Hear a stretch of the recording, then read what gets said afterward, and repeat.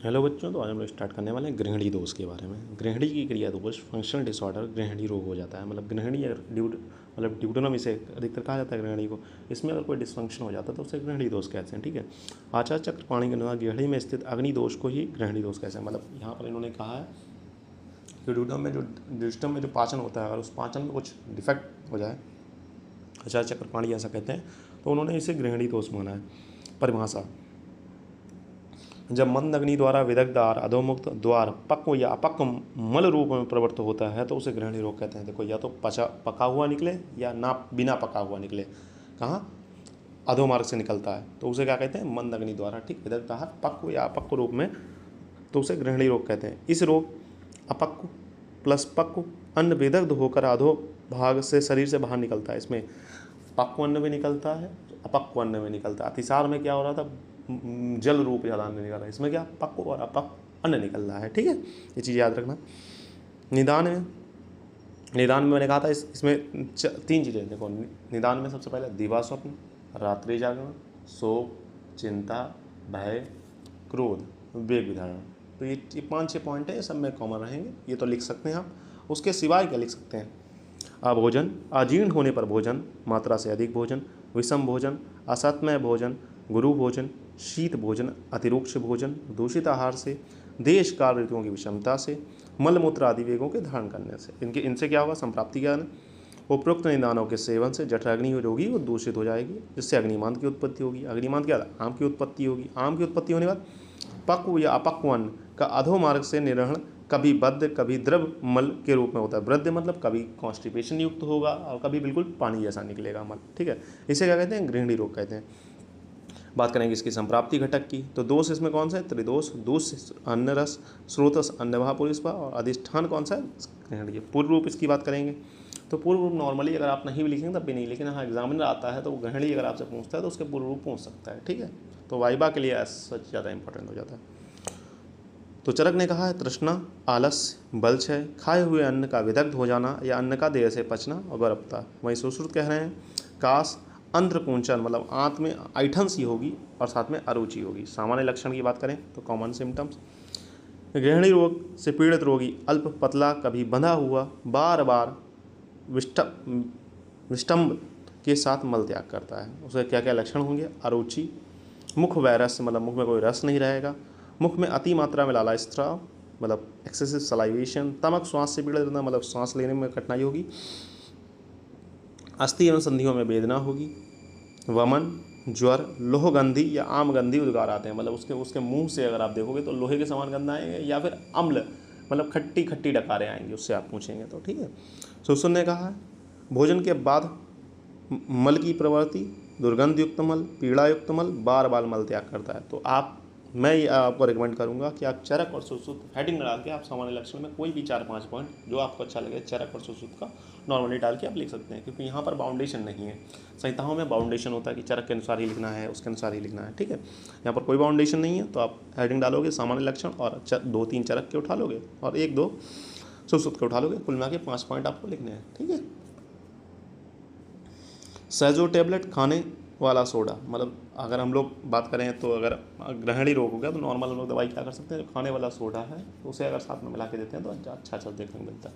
ठीक है, वैसे आप किसी को मरीज को रिकमेंड मत कीजिएगा। ठीक है, नॉर्मली जो दवाइयाँ हैं वही रिकमेंड करिएगा। इमरजेंसी कंडीशन में, जैसे आप बहुत दूर हैं, दवाइयाँ वगैरह नहीं है, तो उस समय आप इसका इस्तेमाल कर सकते हैं। ठीक है,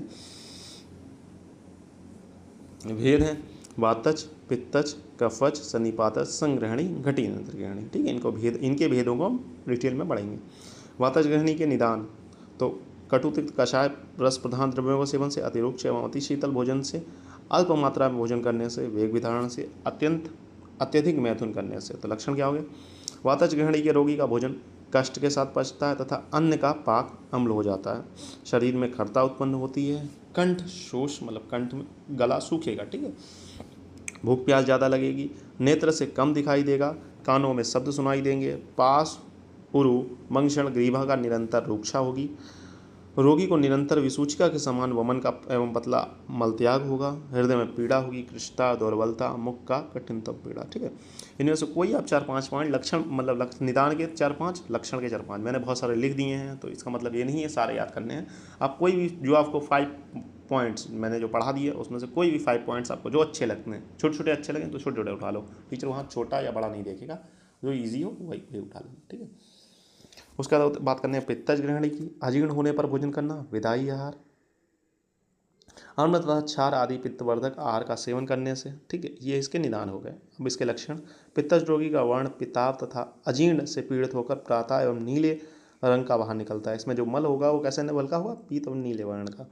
रोगी को अम्लीय एवं दुर्गंधित उद्गार आते हैं, मतलब उसे कैसे आएंगे, बहुत मतलब मुंह से बदबू आएगी और अम्लीय मतलब ऐसा लगेगा वो कहीं डॉक्टर साहब खट्टी खट्टी डकारें आ रही हैं। ठीक है, सामान्य भाषा में इसे क्या कहें, खट्टी खट्टी डकारें आ रही हैं, डॉक्टर साहब आपको इस तरीके से बताएगा। ठीक, उसके बाद बात करते हैं, फिर आगे की ओर चलेंगे।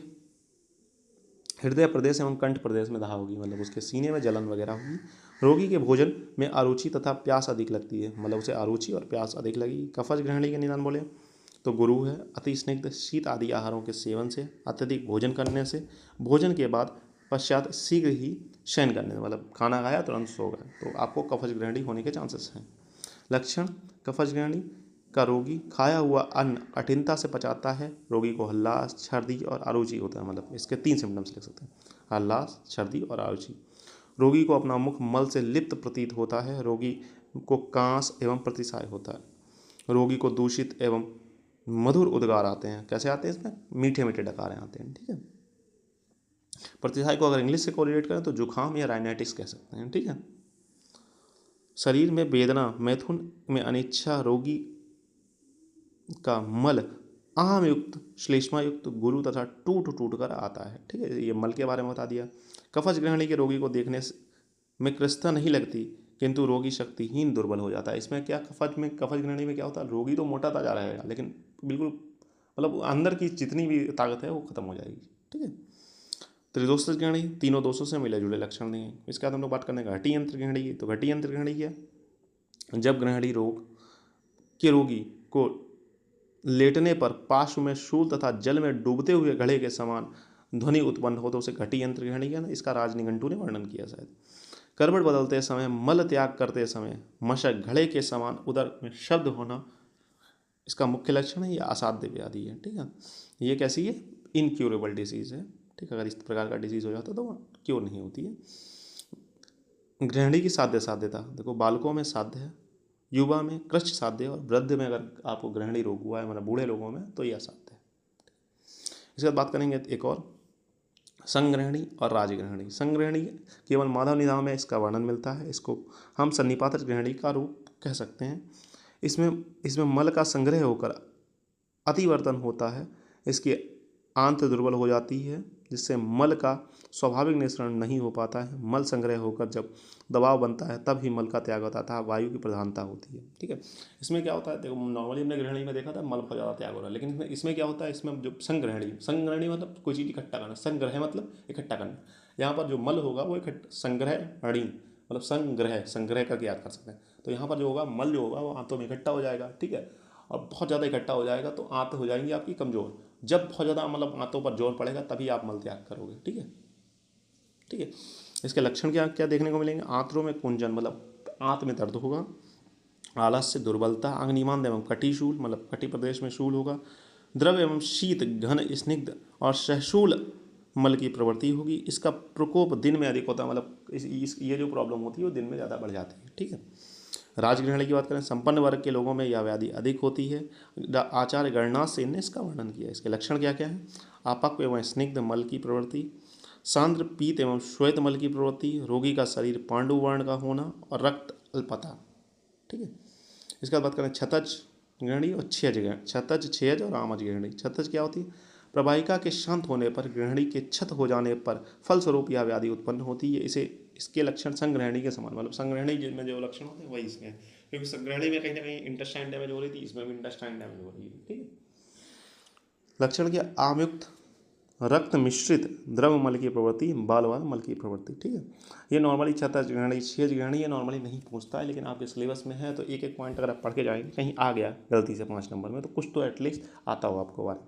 ठीक है, छह ग्रहणी उदर में अन्न, आंत्र, श्लेष्म कलाओं, म्यूकोसा, सूक्ष्म कोशिकाओं एवं क्षय के रोगी को जीवाणु की उपस्थिति तथा लंबे समय तक अतिसार व्याधि होने के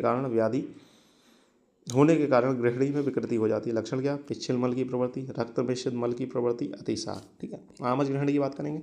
आचार्य चरक ने आमज गृहिणी का वर्णन किया है। विदग्ध एवं अर्धपक्व आहार से कुपित वातादि दोष गृहिणी में आश्रित होकर जब गृहिणी रोग उत्पन्न करते हैं तो उसे आम गृहिणी कहते हैं। इसके लक्षण क्या हुए? विष्टम्भता, प्रसेक, उदरशूल, अरुचि, शरीर में भारीपन। ठीक है, ये जो मैंने पढ़ाया है इसमें क्या क्या ज़्यादा इंपॉर्टेंट है, अब आपको ये बता देते हैं। सबसे पहले जो गृहिणी की 8 भेद बताएंगे, ये बहुत इंपॉर्टेंट है। कौन कौन से? यहाँ पर जो बताए गए 8 भेद कौन कौन से? वातज, पित्तज, कफज, सन्निपातज, संग्रहणी और घटी यंत्र गृहिणी। ठीक है, यहाँ पर संग्रहणी तक इंपॉर्टेंट, घटी यंत्र गृहिणी अगर आप छोड़ भी देते हैं तो ऐसा प्रॉब्लम नहीं होगी। ठीक है, ये वातज, पित्तज, कफज, सन्निपातज और संग्रहणी तक आपको सारे पॉइंट जो जितने पढ़ाए हैं उतने ध्यान से पढ़ने। ठीक है बच्चों, फिर मिलते हैं नेक्स्ट लेक्चर में। Have a nice day. पढ़ते रहें, मस्त रहें।